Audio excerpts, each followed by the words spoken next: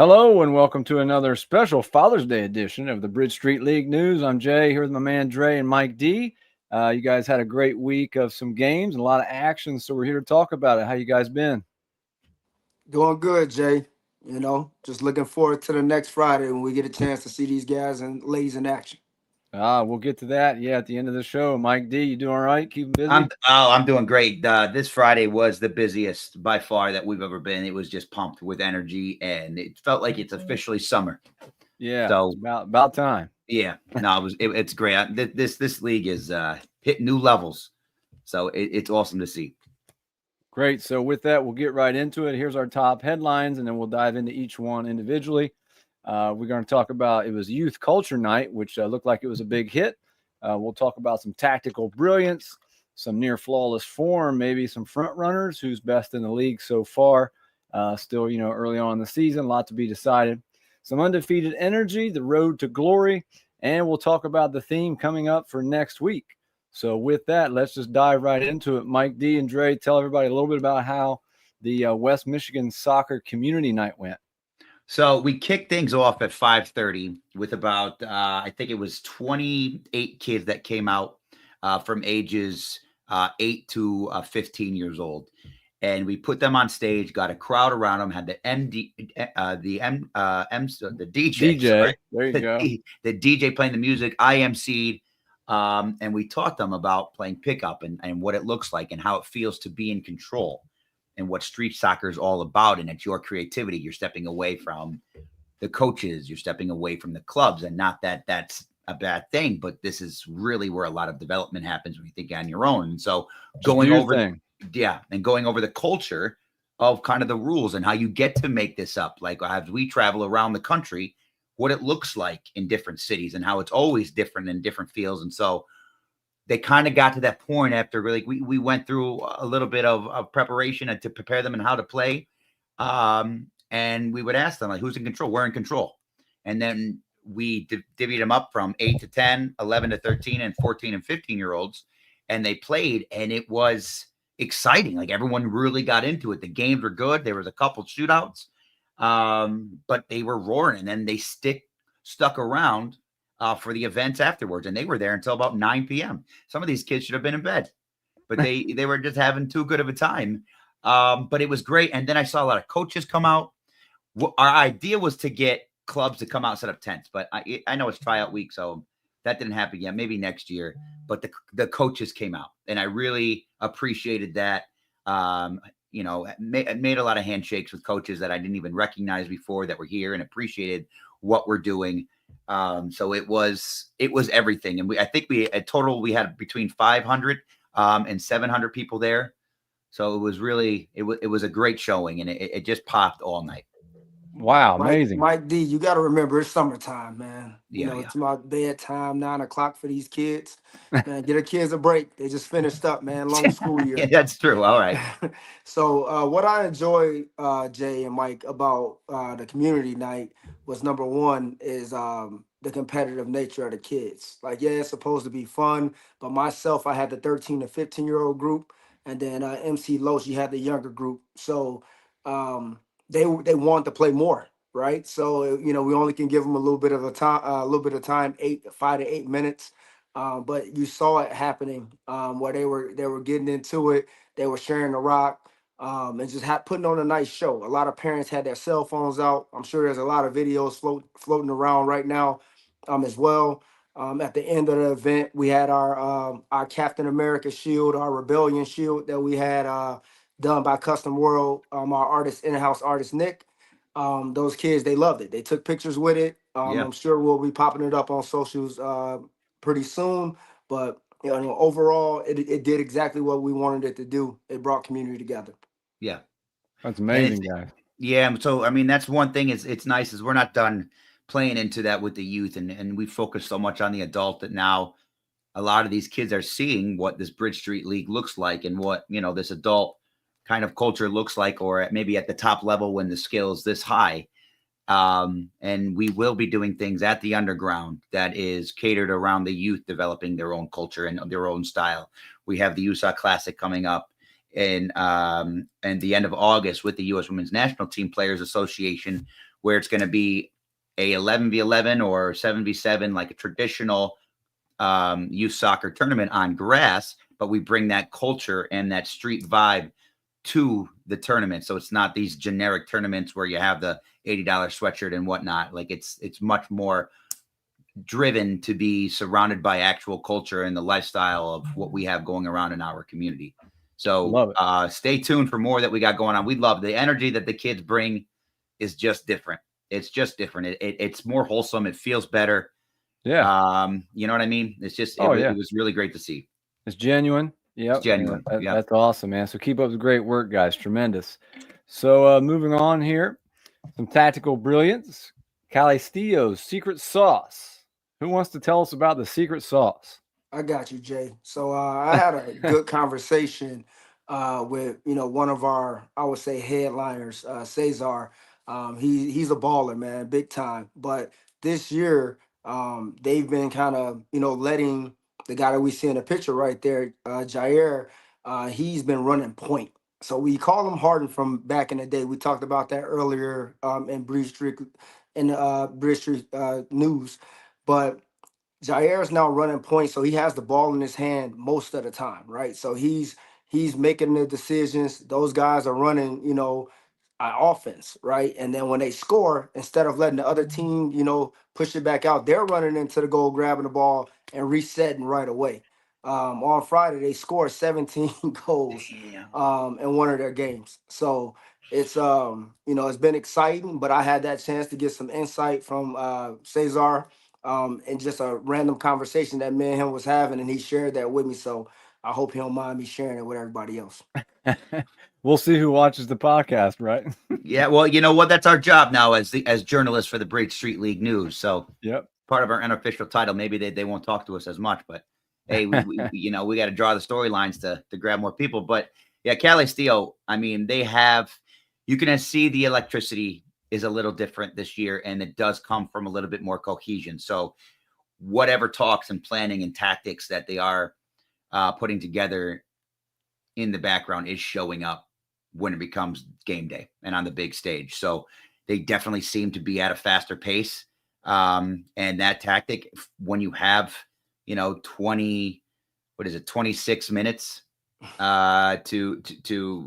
to win a game, like that is the right tactic. It's got to be on the front foot. So, the proof's there, and I love it.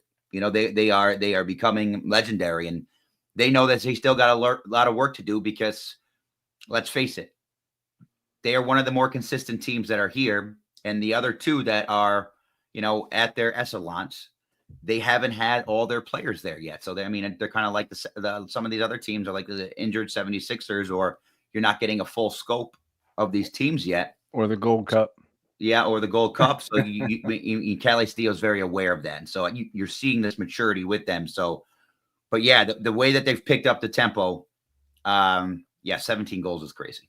So the reason why they can pick up the tempo, I follow, a lot of these guys on social media as well. So I see them training, over the weekend or throughout the week. They're running miles together. They're running the stairs at different high school stadiums. So it's not, this isn't a secret, like why they look like this, right? When Mike talks about tempo, it takes you to be in shape and really put the work 100%. in when no one's around. So these guys are earning everything that they're getting right now. So it's great. So great to hear that. We'll see who can keep up the pace with them. Moving on, near flawless form. Tell us a little bit about Guatemala, Mike D. So Guatemala is almost near perfect all around. They have, first of all, they play it right with having a full squad of 10, and I think they actually even play with 11, but every angle, every position, they have talent, and they have someone that can move the ball. They are led by Gabe Villagomez, Chris Mendez, Alec Mendez, Aldoni Mendez, Miguel Annette. They're just a star-studded team, but their tactics are what are extremely impressive. So every time they're in the game, I was just watching them play. If they want to press or if they want to sit low, and most of the time they'll sit low, you usually have 5 behind half court. And the reason that's so beneficial for them is because they're so great in transition. It's amazing how good they are in transition. But then I started to notice they would have mid presses or high presses, and they all read off of each other. The awareness on this team is impeccable. The way that they play every bit of space, they know exactly where to push you. They know where you're going to be limited in space, and they know where not to give up, any angles. So getting anything against them defensively is extremely challenging. And so when you get a little impatient with them, then you get pulled up, and then that's the biggest mistake you can make because they're so good in transition. So again, they are just at every level. It is hard to see someone that's going to be able to match up with them. So, Mike D, would you say depth is one of their advantages? It sounds like. Yeah, because it's both, right? Because depth they can go hard the entire time, and like Aldoni and his brother, like they are big, they're physical, right? So they also know how to create, and in the small space on these street soccer courts, it really is an advantage to be able to minimize space. And you have Chris Mendez, same thing. The kid's like 6'4", long. It's just really hard to get around them, and then technically they're just so smooth. And Gabe Villagomez plays for West Michigan, one of the top players in the state. Dude's a talent. Just unbelievable speed, technique on the ball. It's just watching Guatemala play, you're just kind of like, wow. Dre? They're in a different bracket. So it sounds like just a versatile team, right? They could play many different styles. What I was getting from that while Mike D was kind of, going on about Guatemala is I'm now thinking about that matchup when it comes to Cali and Guatemala, because the styles, right? We just talked about it. You got one team that's playing up tempo, they're playing fast. Then you got Guatemala that's kind of mixing it up, right? They're slowing it down, but then they're attacking you in transition. They got bigger guys. Calistillo would say they're more athletic, right? They're smaller guys. So they got a little bit of everything. But again, I think this is just gonna be one of those matchups in these next couple of weeks that we just gotta really circle. Because I'm sure that everybody's gonna be around court one for this one. Well, yeah. That's one of those to be circled on the schedule, right? Oh, yeah. 100%. This will be promoted. This wouldn't be more than circled. This will be. Yeah. Love it. All right. Clash of the Titans. So we're kind of, working our way into the season now. Still a ways to go. But we do want to talk. We will, here in the future, Mike D, maybe have a top 5 list, maybe release our top 5, men's and women's. Yes. But before we get into that, just a little teaser today. I'll ask you first, Mike D, and then I'll hit you up, Dre. Mike D, right now, if you had one front runner, just, early on in the season, one front runner for men's MVP, who would it be? Ooh.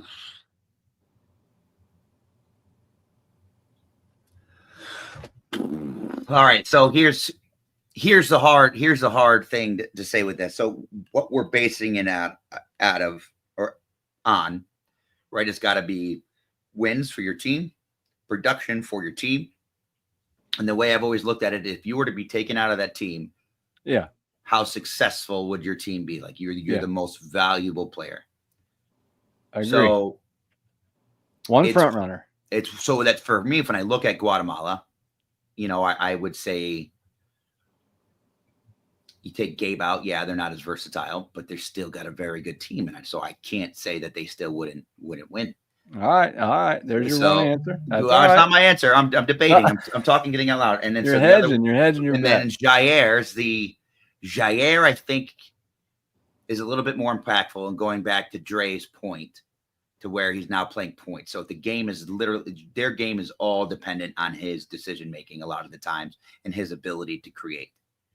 So he's Steve Nash. Yeah, I'm leaning towards. Yeah, well, he's more than Steve Nash. He's I don't know. He's a Jalen Brunson. So he's no Steve Nash. So he's better than Steve Nash. So I'm leaning towards Jair. All right. I do want to say this. It's worth noting a kid named Yosef on Bridge Street Bangers who just had an unbelievable game. Like just the way that he played was the best game I've seen all season from anybody. And then there's Zuka for BIH, who is that just a commanding leader. And then we can't stop. We can't Oh, we got one. We got one. Arthur Pupin. I'm going to We talk got about. one. I'm just saying. There's a lot of names in there that if they're listening to this, I want them to know I'm thinking about you. But I'm leaning towards Jair right now. All right, put you on the spot, Dre. Your turn. Follow the rules now, unlike Mike D. You get one. Yeah, I'm keeping it very simple, man. It's Jair Real right now. All right. You know, that kid, you know, young man, can't call him a kid no more. You That's know, true. he is Got putting on a plastic man show haircut. every week. You know, his team again, when you're scoring 17, 12, you know, those goals, it's unbelievable what they're doing. But again, it's just the way that they're doing it, right? It's a team effort. But again, for one of their best players to tell me we're running everything through him right now, and it's a part of our tactics. It's what we want to do. That tells me right there he has the ultimate confidence from his teammates to do what he needs to do. So I wouldn't say Jalen Brunson for him because he ain't banging people around and stuff like that. He's a little bit more smooth with the ball. Got all the tricks, right? Got a powerful leg, all those things, can dish the rock. More So SGA. yeah, I'm gonna go a little bit SGA. He can score that ball. You know, he can All right. score it as well. So if we're gonna talk NBA Finals, I can see Cali still No, winning so this no, one. but, okay, but no, because Jair's got handles. He's got handles, and so and what does Brunson have? But Footwork. that That's what I'm saying. okay, He's got footwork. So I was making that correlation. So if you're gonna go this route, right? You got if you're gonna make this comparison, you need someone that's met. He's Kyrie Irving then in that sense. He's a Kyrie hey, Irving type. I like that, but I still like I don't know. He's Jair's allowed to game. draw his own I was correlations. I'm just saying yeah, SGA doesn't have the swagger that Jair has. Like SGA's kind of I would say, high. you know, prior to when he was the 18 or 19-year-old kid that we met, I would love to say, okay, more Kyrie. Game's a little, you know, looser, you know, breaking people down. I don't necessarily see him like getting wild like that anymore. His game is more polished now. So I would say, just like Lou Will said on the podcast earlier this week, I'm gonna still make it more soccer. I'm gonna say more Kobe. Oh, there you go. Take that. Take that. All right, Mike D. To the women's side. So One front runner. okay. But here's the thing with that, right? You got one team, you got Sugar Rush. Again, stacked front to back.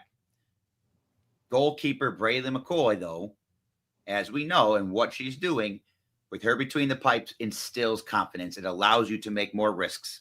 It allows you to play the offense you want to play. I think on that team, she is extremely valuable. And you see that in the score. But you also have a girl named Kirsten Koronek on her team who is becoming a lethal scorer. And she is their target player. And if you get this ball in her left foot, I mean, she got smacked in the head this last game. Someone tried to run through it or grab the ball. Her head hit the ground. You know, this thing was a welt. Like I want to see, you know, what that looks like now. But we had to walk around. We did concussion protocol. You know, she walked around, got her away from the noise. And she came back second half and bang, bang. Like just two right, like just she's got the grit, she's got the talent. She actually played with the Bridge Street League men when we didn't have a women's division, and she was one of the only girls, and she did great for herself. So nice. And then I can't not talk about Jessica Kennedy, our girl from Zoo City. She always brings the grit, and she's just got a different level of fire Zoo in City. her. Yep. I mean, you know, and I've seen her. She had a game, was it like 2 weeks ago, where she had these one-touch passes. I was like, what? You can do this? So, but right now, I'm gonna have to say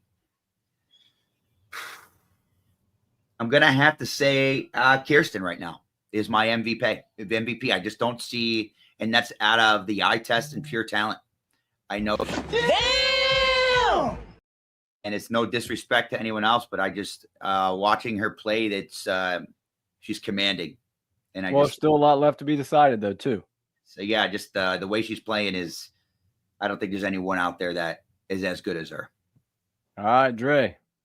What Mike failed to mention in that is they were actually in a dogfight because girls are players too when she went out. So that was valuable for her to come back and score like that to pretty much put that game away. So First, I'm gonna give Carissa from Girls Are Players too. She's a goalie as well, and every week, and this has been, for the last couple of years, man, she's just been amazing in goal. Like, yes, it's easy, to pick Brayley because Brayley, she shuts it down, right? She locks everything up. Last week, she actually scored a goal from her goalie box last week. So she's doing it all right now, right? You're only as good as your goalkeeper. So I'm gonna roll with B. I'm gonna roll with All Brayley, right. man, right now. She's putting on a show, and once we get that interview out to you guys, you'll see, why she's all around MVP. All right. So there you have it. Stay on social media. Check out the Soccer Rebellion. We'll get some of those things out to you in the coming weeks. So moving on, Undefeated Energy. What we got, Mike D?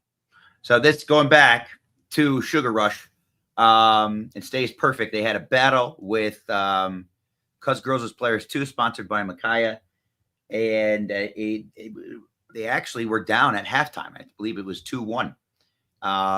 You had their star Kirsten out of the game, and it was they just couldn't find the shots. And to Dre's point, Carissa was just a monster in goal, and she was shut down. So, at this point in the season and how many wins they have, there's a little bit probably of redundancy and complacency that's happening.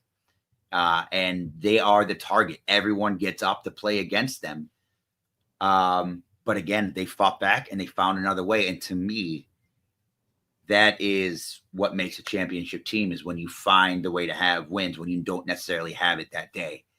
And so Sugar Rush, I think this last win, when they only had one game, right? And so you're coming in just for one 30-minute game when you're used to having two, maybe it's a little bit more lackadaisical, but, they still came in, showed up, and took home the W. So we have an exclusive interview with Brayley McCoy after the victory that they had.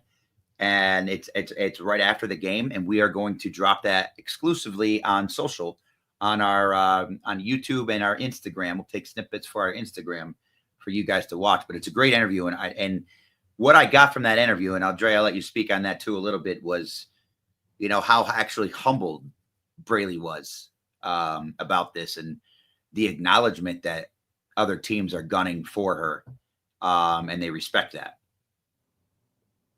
Yeah, she was super humble, and then she also just showed a lot of love to her competitors, to their competitors as well, just about how they're going about the season, enjoying playing with each other, because they've, she's played with some of these girls for 10 plus years. Some were college teammates. So it's a quick in-depth look at, how Brayley kind of prepares for it, and then the love that she has for the Soccer Rebellion and the league, for the women's. So, Brayley, she did a great job, just showing love to everyone. One thing I want to hit was, after that game, there was two members from Girls as Players too. They were walking by the store, and they were having a conversation. And I said, man, that was a great game, ladies. And they quickly turned to me and said, that would have been the upset of the league, of the season. Like, they were, I'm not going to say as shocked to be in that game, but, Mike did talk about upsets last week. That would have been an upset. But I'm telling you, because that team has the talent. Like, they have, like, I'm telling you, there are some players on that team, that are making a name for themselves. And that's what's so great about this. And this is what's so great about, having the tournament play at the very end, because this is all basically everyone kind of gathering, the intel and getting themselves composed for the finals tournament. And Very good. When me and Mike are going back and forth about like topics, right, for this week, in our pre-show meeting, like we talk about, man, like we got to talk about Cali Steel. We got to talk about these teams. And it's like, we do, because they deserve the credit. Sugar Rush deserves the credit. They're battling week in, week out to remain undefeated, right? They care about that, because if they did it, they wouldn't have got up for that second half, and they wouldn't be undefeated anymore. Right. So, salute to those teams. Yeah, absolutely. It's always tough with the target on your back, but show some resilience, and that's great to see. So next week, or the next game night, next match day, June 27th, hip hop night. I love it already. Tell us a little bit about that, Mike D. So hip hop night, we're going to have actually some different DJs that are going to be out there to kind of showcase the new wave of hip hop. And then we're going to have One Piece, which is one of our team owners actually from Edwin. He's going to come out, be doing graffiti, have some dancers as well. And we're just going to have our homage to hip hop and show respect and kind of have a timeline of, older hip hop and then all the way to the new school kind of hip hop, separated by court 1 and 2 and then core 3. And then we'll have the graffiti out there, and then hopefully we'll have some live performances.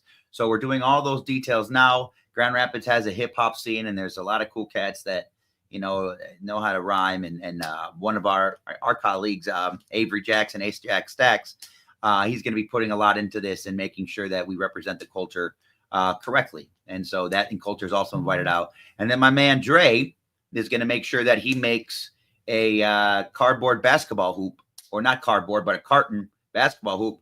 So we're going to be playing some pickup like that. And there's a couple other things I got going in my mind. Like, for instance, I kind of want to get like a fire hose out there, and I want to have the fire hose going and playing like things that you used to see. Yeah. Kind of like things I used to see in New York, like that's filled with rap videos and things of that nature, where a lot of inspiration came from. So I'm excited about it. It should be another banger of a week and just great music the entire time. Big time. And when Mike says dancers, he just means break dancers. Okay, so don't get too excited, Not that kind of party. Yes, sir. Love it, guys. So can't wait for that. Make sure you stop in if you're anywhere around the Grand Rapids area. June 27th, the next match day for the Soccer Rebellion and the Bridge Street League. June 27th, 6 o'clock, hip hop night. Until next time, peace out.